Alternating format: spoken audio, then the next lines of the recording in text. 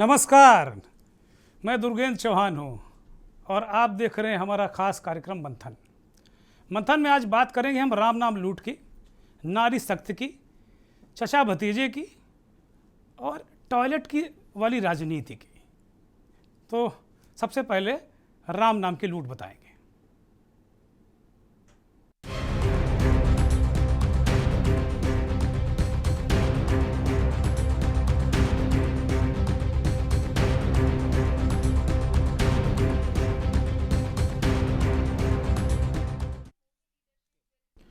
32 साल पहले दो सांसदों वाली भारतीय जनता पार्टी के शिखर पुरुष लाल कृष्ण आडवाणी राम पताका लेकर जब निकले तो राम नाम का प्रभाव इस कदर पड़ा कि भाजपा के नाम पर पूरा देश ही भगवा हो गया।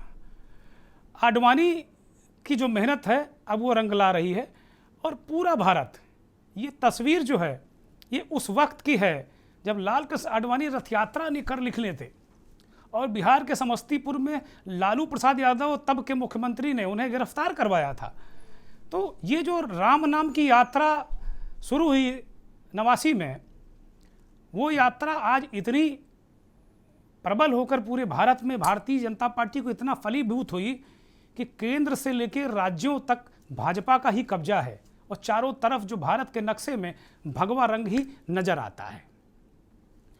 अब राम नाम का नाम लेकर भारतीय जनता पार्टी ने जो राजनीति की, वहीं से कांग्रेस पार्टी, समाजवादी पार्टी और बहुजन समाज पार्टी या अन्य जो दल, राजनीतिक दल जिन्होंने उत्तर प्रदेश में अपनी राजनीतिक, जिनकी जमी जमाई जड़ें थी और कांग्रेस सत्ता में लगातार थी उत्तर प्रदेश में, राम नाम के नाम पर जो भारतीय जनता पार्टी ने कमंडल की राजनीति शुरू की, उस पर तमाम राजनीतिक दल जो ताने दिया करते थे उनको, और कांग्रेस भाजपा को सांप्रदायिक कहते कहते कहते उसका सुपड़ा साफ हो गया उत्तर प्रदेश से। और अब हालत है कि पूरे देश में कांग्रेस झोली फैलाकर वोटों की भीख मांग रही है कि तमाम समूहों, तमाम जो जाति कुनबों, कांग्रेस कहती थी कि भाई वो जातिवादी राजनीति नहीं करते, वो सांप्रदायिक राजनीति नहीं करते, लेकिन सॉफ्ट हिंदुत्व पर तो उनको भी उतरना पड़ा ना। जो राजनीतिक दल, चाहे समाजवादी पार्टी हो, चाहे बहुजन समाज पार्टी हो, चाहे कांग्रेस पार्टी, जो कभी इसे सांप्रदायिक ध्रुवीकरण का प्रयास कहते थे, राम की राजनीति जो भारतीय जनता पार्टी ने शुरू की थी, उनको भी अब अयोध्या में शरण लेनी पड़ी। उन्हें जाना पड़ा राम की शरण में।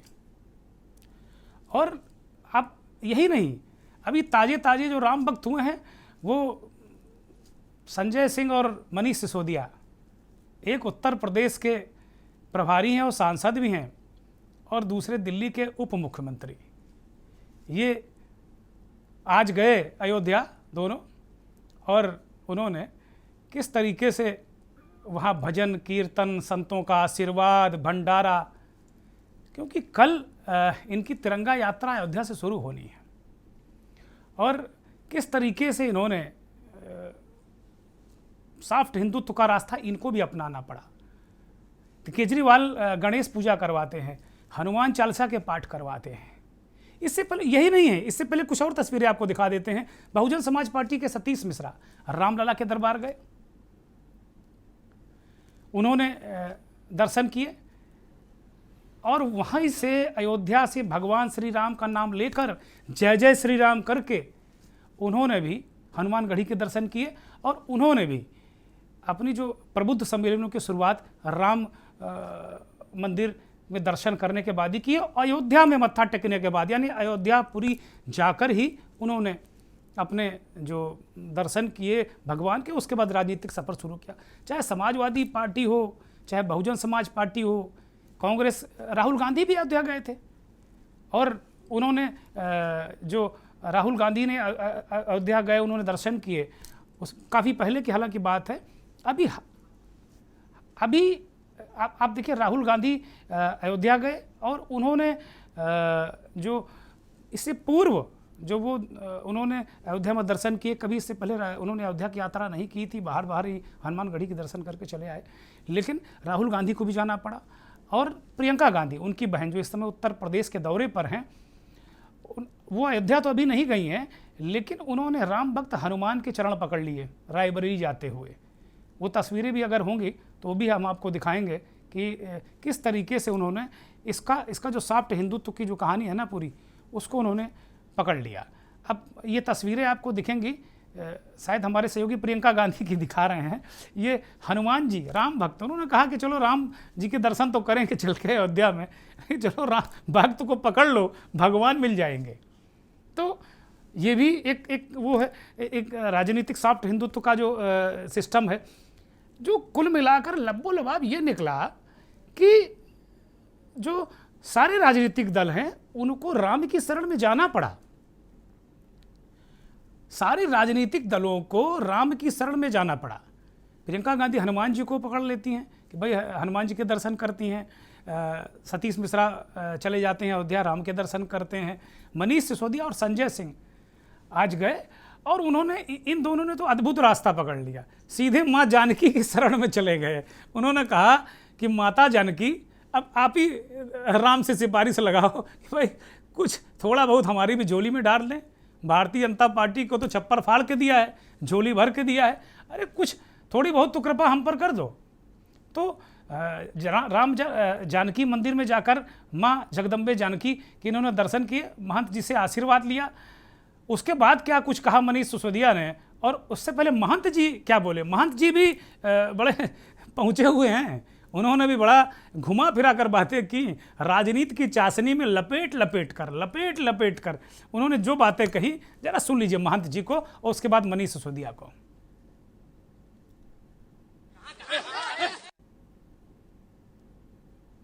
ये शायद तस्वीर कुछ गलत प्ले हो रही है, साथियों से कहेंगे बाइट सुनाएं। हृदय से आशीर्वाद दे रहे हैं, आपका झंडा लहरता रहे और राजनीतिक और जीवन का भविष्य उज्जवल रहे, ऐसी मेरी शुभकामना, मंगल कामना। सिद्ध पीठ श्री जानकी घाट बड़ा स्थान अयोध्या से है। आपको और आपके माननीय मुख्यमंत्री जी को और पूरी पार्टी के सभी वरिष्ठ कनिष्ठ सभी सदस्यों को बहुत बहुत मंगल कामना, शुभकामना दे रहा हूँ। आप सब राजनीतिक क्षेत्र में जन सेवा ही महान होती है, जनता जनार्दन होती है, जनार्दन की सेवा करते रहें। हम भी तो ये कहते हैं ना, जनता जनार्दन होती, और महंत जी ने भी ये कहा कि जनता जनार्दन होती। भाई जनता जनार्दन है और जनार्दन के बिना कुछ होना नहीं, और भगवान श्री राम भी जनार्दन है, हम सबके जनता से भी ऊपर है। तो ये कुल मिला के मसला थोड़ा सा पेचीदा है, आना सभी को राम की शरण में है। भारतीय जनता पार्टी की जो उत्तर प्रदेश की राजनीति है, और यूं कहें कि पूरे देश की राजनीति की धुरी अयोध्यापुरी है। अयोध्यापुरी के इर्द गिर्द भारतीय जनता पार्टी की पूरी राजनीति दशकों से घूम रही, कम से कम 3 दशक से तो घूमी रही। और अभी भी इस बार का जो 2022 का चुनाव उत्तर प्रदेश में है ना, पक्का ये जान लीजिए, हम पूरे यकीन के साथ कह रहे हैं कि अयोध्या के इर्द गिर्द ही पूरा चुनाव रहेगा। आप देखिएगा किस तरीके से भारतीय जनता पार्टी किस तरीके से ताना बाना बुन रही है, क्योंकि राम मंदिर जिसकी तारीख विपक्षी पूछते थे ना, वो तारीख बताने के बजाय उन्होंने राम मंदिर ही शिलान्यास ही कर दिया, और अब राम मंदिर तेजी से बनना शुरू है। मनीष सिसोदिया दिल्ली के उप मुख्यमंत्री क्या बोले, जरा उनको भी सुनिए।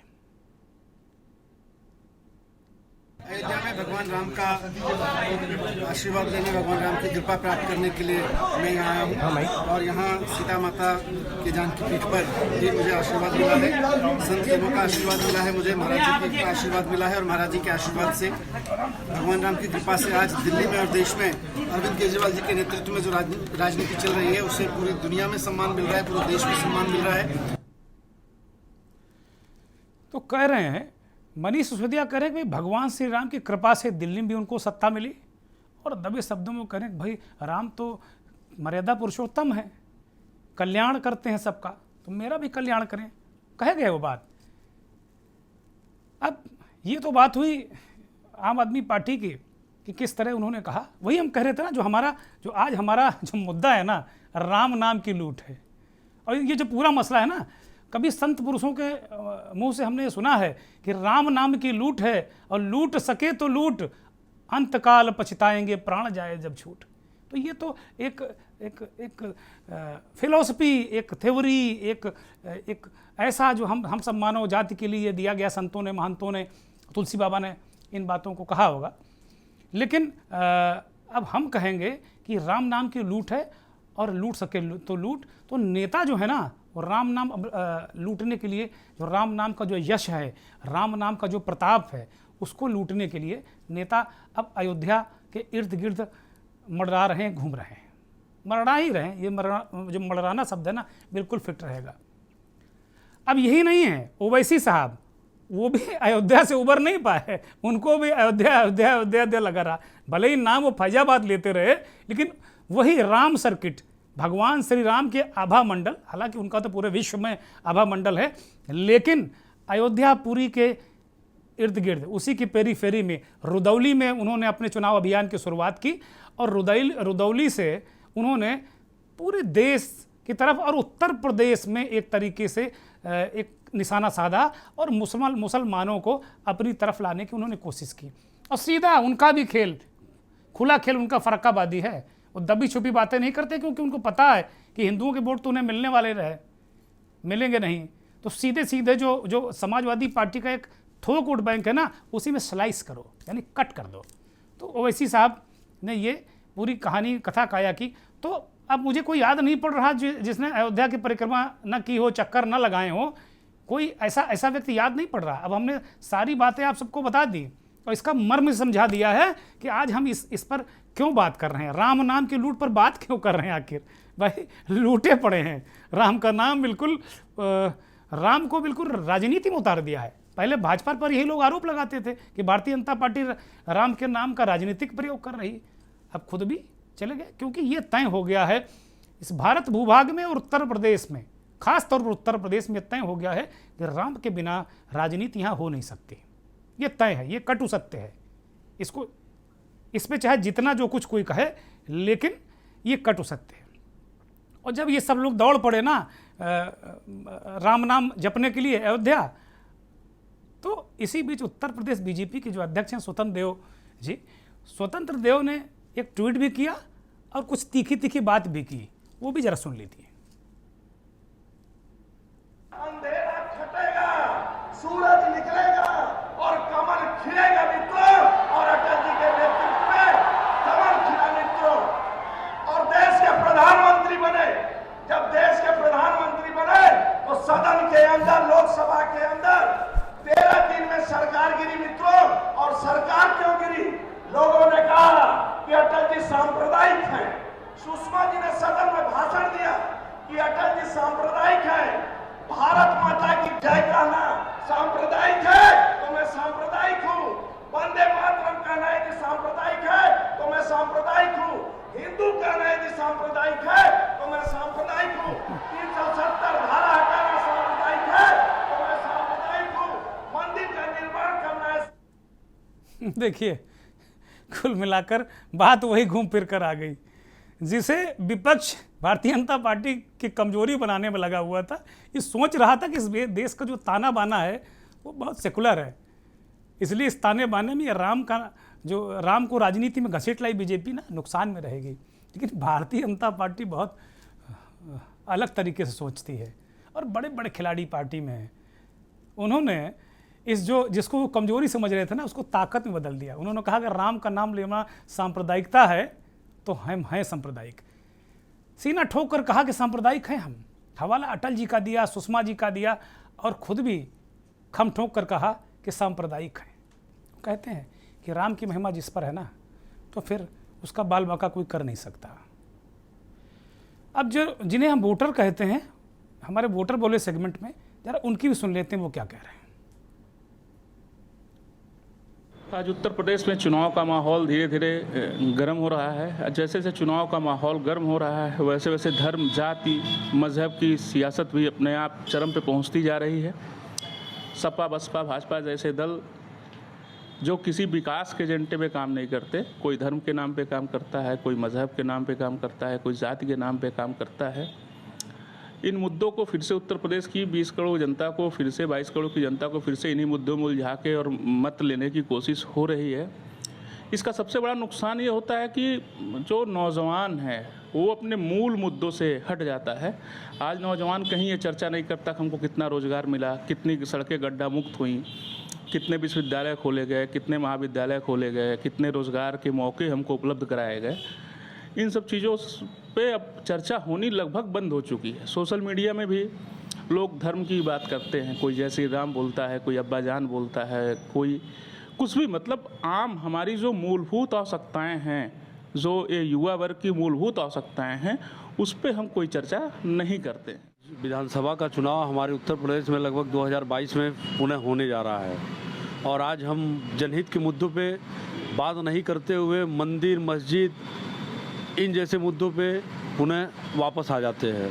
मैं आप सभी से पूछना चाहता हूँ कि जब चुनाव आ जाता है तो चाहे भाजपा हो, चाहे सपा हो, चाहे बसपा हो, कोई भी पार्टी हो, वो सब ऐसे भड़काऊ मुद्दों को ही उछालते हैं, जबकि जो मूलभूत मुद्दे हैं जैसे बेरोजगारी है, गांव में दिक्कतें हैं, इतनी सारी दिक्कतें हैं, न सड़क है, न बिजली है, न पानी है, लोग एक दूसरे को उलाहना देते हुए सारी पार्टियां सामने आ जाती हैं।